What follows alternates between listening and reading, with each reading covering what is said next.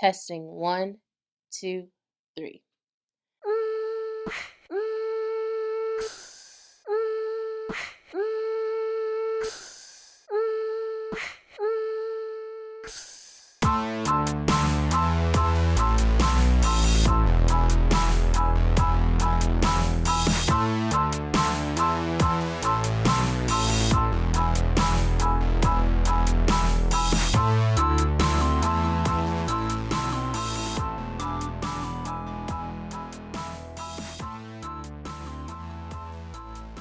Hi everyone, and welcome to another Woke Wednesday.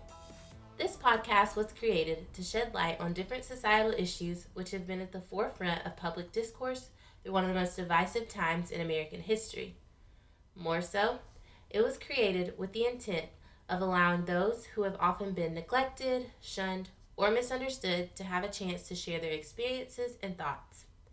I hope this dialogue encourages critical conversation and activism amongst all listeners. And I hope you'll tell your friends about it and share it on your social platforms. First of all, I just want to address the fact that I asked everyone who listens to this podcast for some tips on connecting my AirPods to the app or just connecting it so I can use them when I'm recording. And none of y'all gave me anything. So really, F y'all, because y'all didn't do the one thing I asked when I asked y'all to do something. So I see where y'all's loyalties lie. Anyways, I'm about to start on these current events. Members of Congress, the state of our union is strong.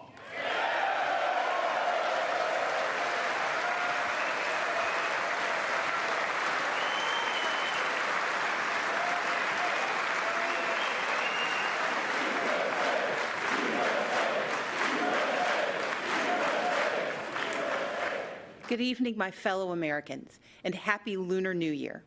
I'm Stacey Abrams, and I'm honored to join the conversation about the state of our union.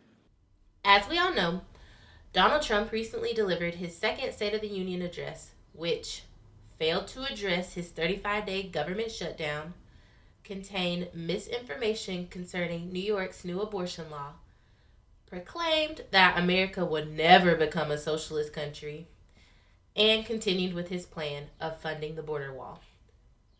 However, surprisingly enough, he acknowledged that there are more women in Congress and in the workforce than ever before. Which, honestly, y'all, that's not even fake news. We know he likes to lie about everything, but he was telling the truth on that. So I guess I'll give a little props to him for finally telling the truth. And after he made this announcement, cheers erupted from the audience, from those who were attending the address. He also announced plans of nationwide paid family medical leave, which is honestly long overdue for being the fact that we're literally one of the most, if not the most, advanced country in the world. But one thing to note about this specific night is that a majority of Democratic women chose to wear white as a nod to those in the early suffragette movement. And I personally felt deeply impacted by seeing so many women wearing white as a tribute to those who fought for our voting rights that I decided I'm going to wear all white on our annual Princess Day. But then my assistant principal decided to dedicate an entire day in which we as a staff and students will wear white in solidarity too. So shout out to us. While there certainly has been no other group that has been more critical of Donald Trump's presidency than Democratic women, it was nice to hear him at least acknowledge the fact of the women being there, despite his very misogynistic and predatory past and present. Stacey Abrams was chosen to give the Democratic rebuttal in which she chose to highlight the ever-growing issue of gun violence, how we don't need a wall to solve border issues, and the need to expand voting rights in a new House bill that would create national automatic voter registration and make Election Day a federal holiday. It's hard to say how likely that is to happen. However, I know that making Election Day a federal holiday would take a heavy burden off of the working class and lower economic classes, being that it's very difficult for those who have to continuously work to provide for their families to take time off of work and go out and vote. In regards to a potential presidential run for Abrams, much like Beto, hasn't officially announced her next move. And with this speech referring to much of the same things she discussed during her failed governor run, this speech could have a negative impact on alienating more Georgians while preaching to the National Democratic choir. This could potentially complicate her Senate ambitions for the state if she were to take that route. There's also been some controversy surrounding Abrams pursuing the White House, with Beto being the rising star that many are pulling for the position without giving much attention to Abrams, who, as we saw during her governor run, she deserves just as much of a chance at the office like Beto does. If you need more information concerning these speeches or political social news in general, I'd highly encourage you to check out NPR because that's where I personally get a lot of my information from. They're very reliable and are able to paint a very holistic picture on the different issues that are occurring not only in our country, but on a global spectrum as well. In other news, a long-standing history of scandal and sexual abuse has finally been acknowledged by the Pope himself. The sexual abuse of nuns in the Catholic Church. Pope Francis affirmed that priests and bishops had been sexually abusing nuns and that the church was aware and had been working on it. NPR and a Vatican magazine both report that these allegations of abuse are particularly prominent in Asian, African, Latin American countries, and in Italy. Some nuns are reported to either receiving an abortion or giving birth to the children of these priests or bishops. However, in other cases, nuns are often ignored when they report their abuses, and some have even been kicked out of their orders.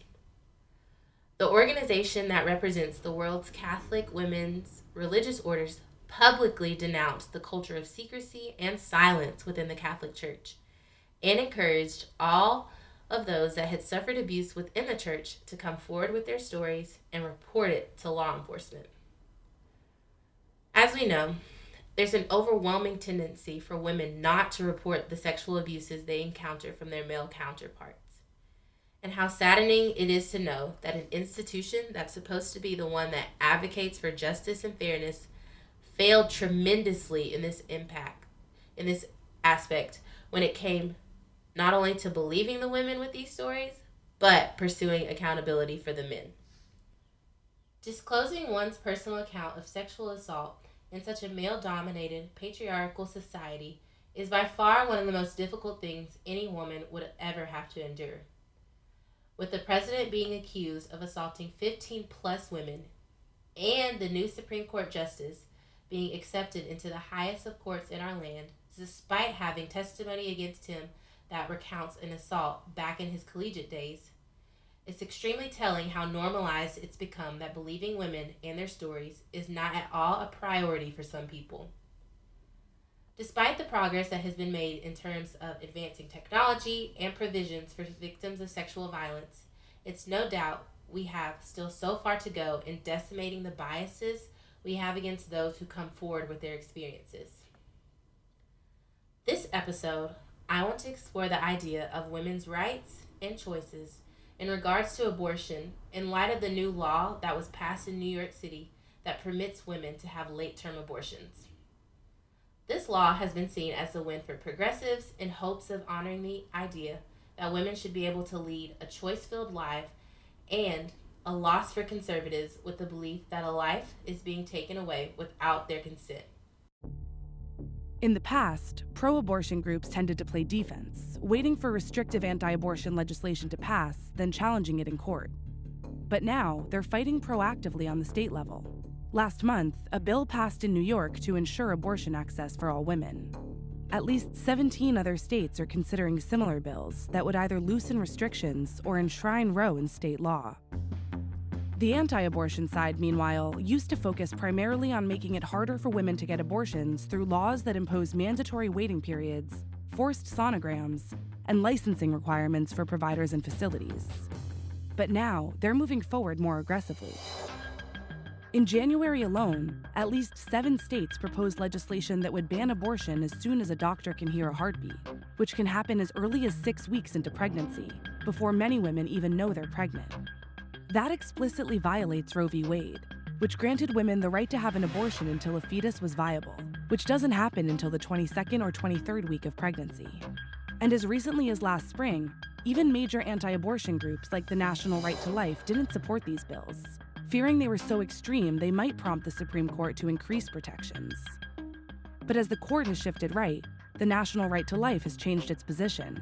It now supports heartbeat laws.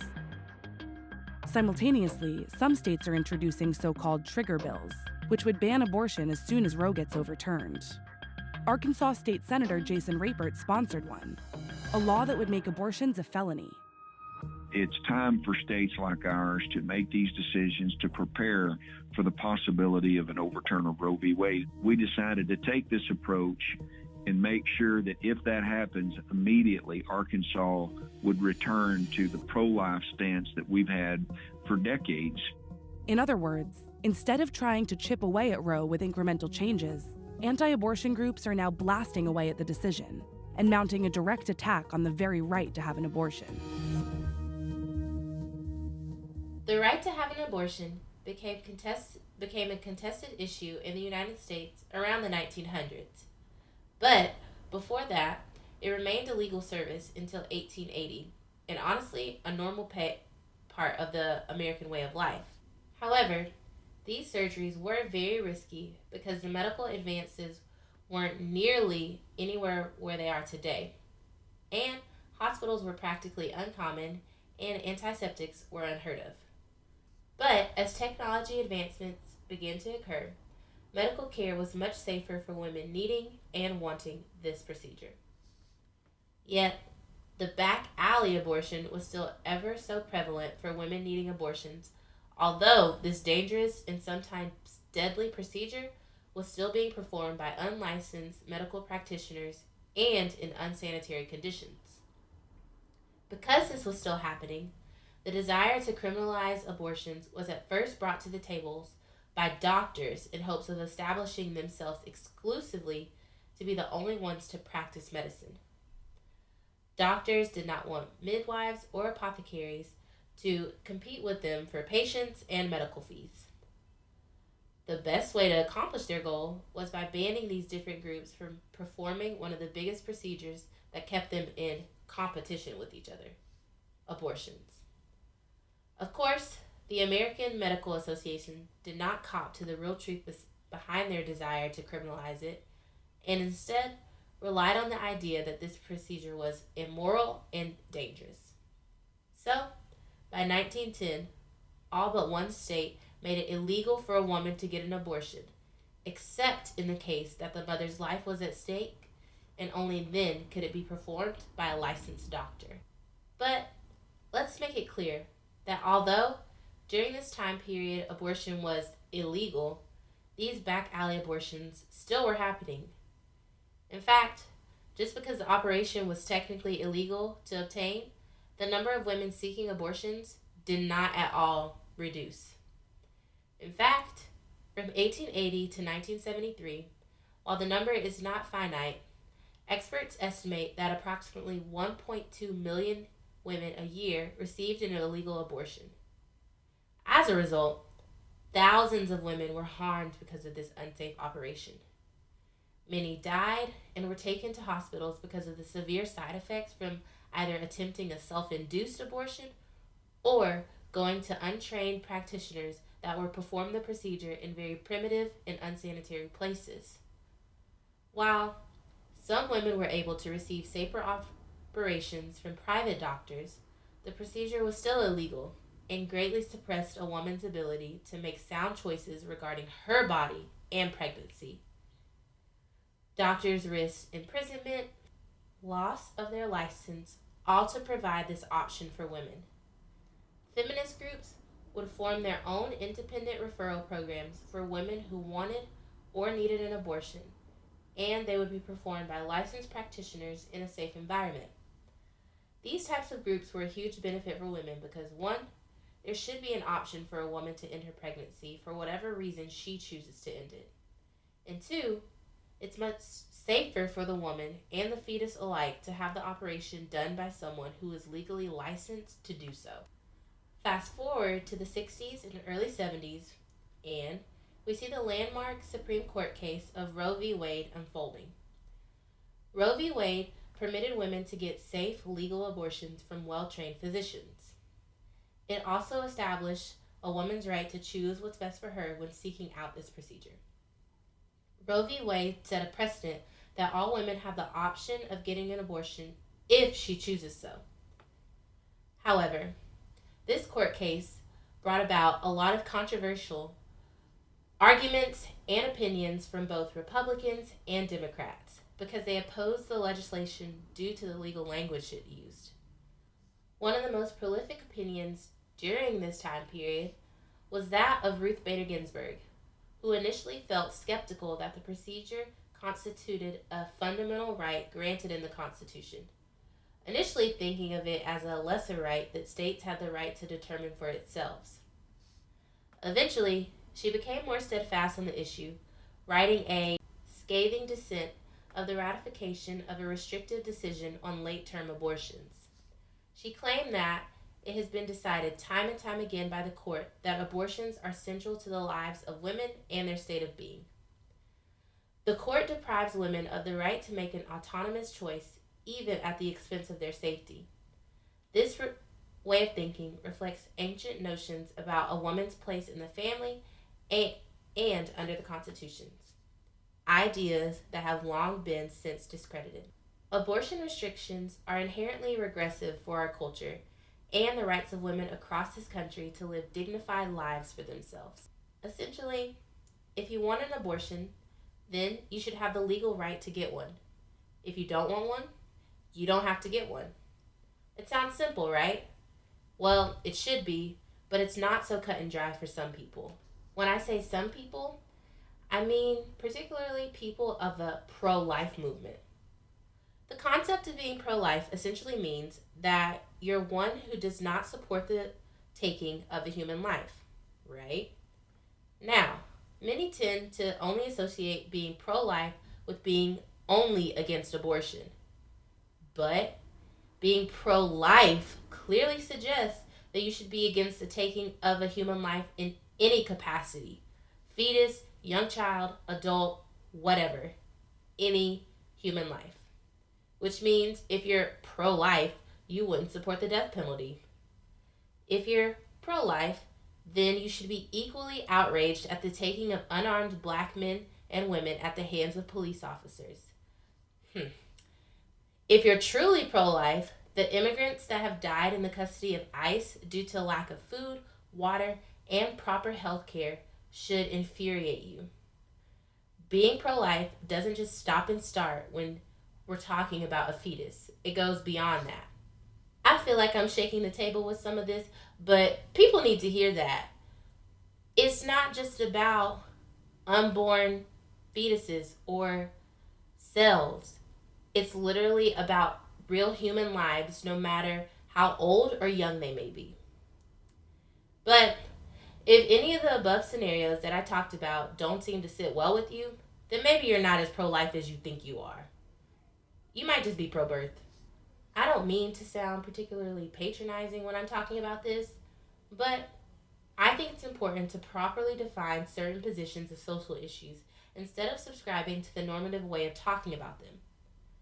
While I've personally never needed an abortion, or even was put in a position of where it would have needed to be an option, I've truly evolved into someone who honestly believes in the concept of a woman's choice in regards to her body.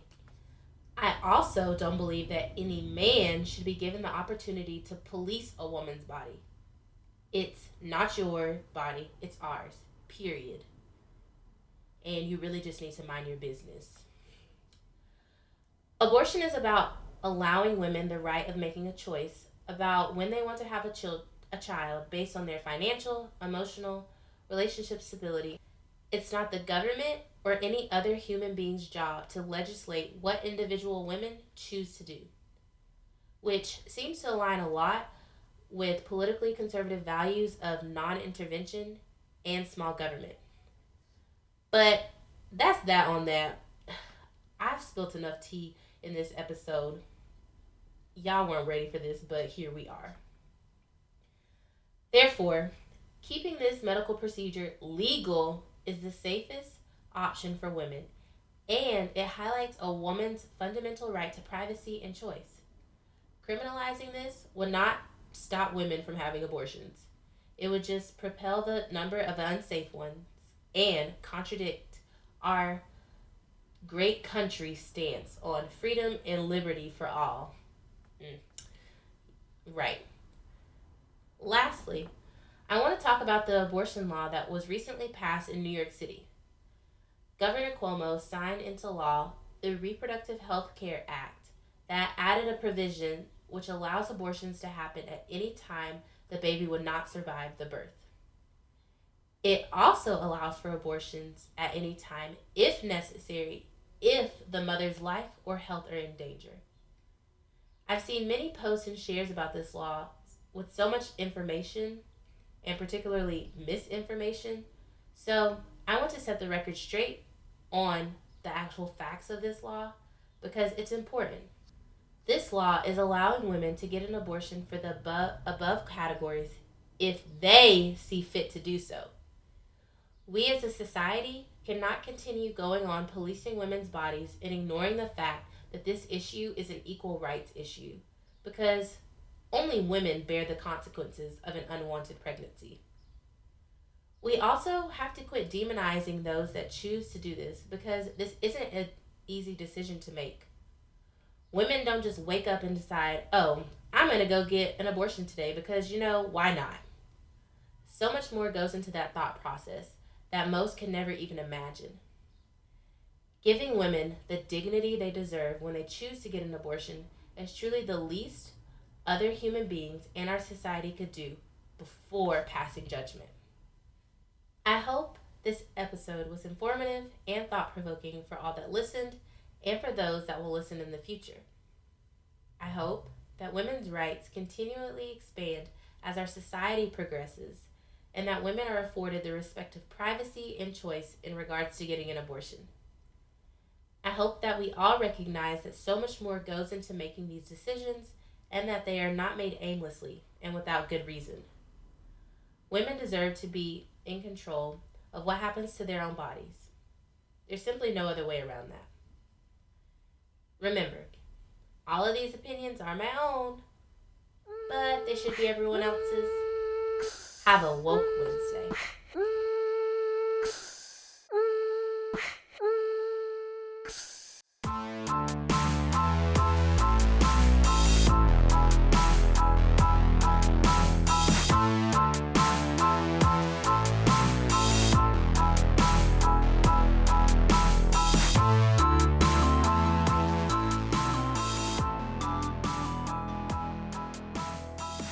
Thank you for another Woke Wednesday. Transcripts of entire episodes will be available on the Woke Wednesday website. Episodes are written and produced by Hannah Mason and Trey Leonard of Lenico Entertainment. Episodes are hosted by Hannah Mason and edited by Trey Leonard. All graphics are designed by Anna French.